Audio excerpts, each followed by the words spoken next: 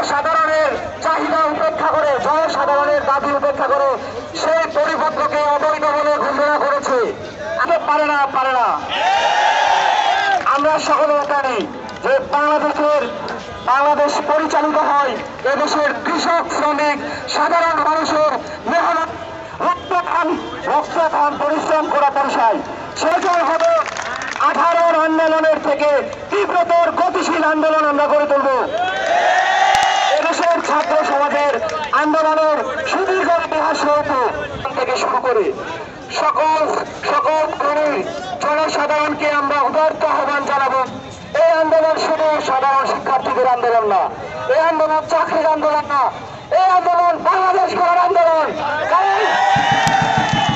আমরা দুঃখিত, কিন্তু আমাদের এই আন্দোলন শুধু আমাদের জন্য না, ছাত্রদের জন্য না, এই আন্দোলন 16 কোটি বাঙালির আন্দোলন। এই আন্দোলনে 16 কোটি বাঙালি শহীদ হবে ইনশাআল্লাহ। সর্বোপরি একটি কথা বলে আমি শেষ করতে চাই, অন্যায়ের পথে প্রবল নত নাহি করি শির, অপেক্ষা পুরুষ লড়ে যায় বীর। বাংলার বীর সন্তানেরা দাবি আদায় না হওয়া পর্যন্ত সংগ্রাম চালিয়ে যাবে ইনশাআল্লাহ।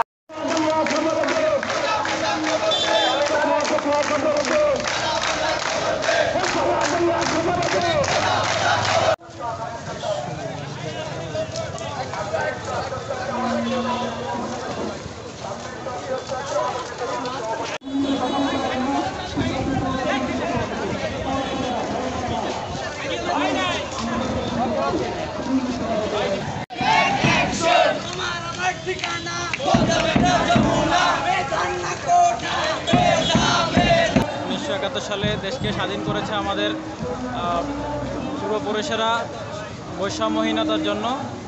আর এখন যদি এভাবে বৈষম্য করা হয় তাহলে মেধাবীরা আসলে তাদের ন্যায্য অধিকারটা পাবে না। এই জন্য আমরা চাই যেন মেধাবীরা তাদের ন্যায্য অধিকার পায়, তার জন্য আমরা রাজপথে নামছি এবং আমরা থাকবো রাজপথে।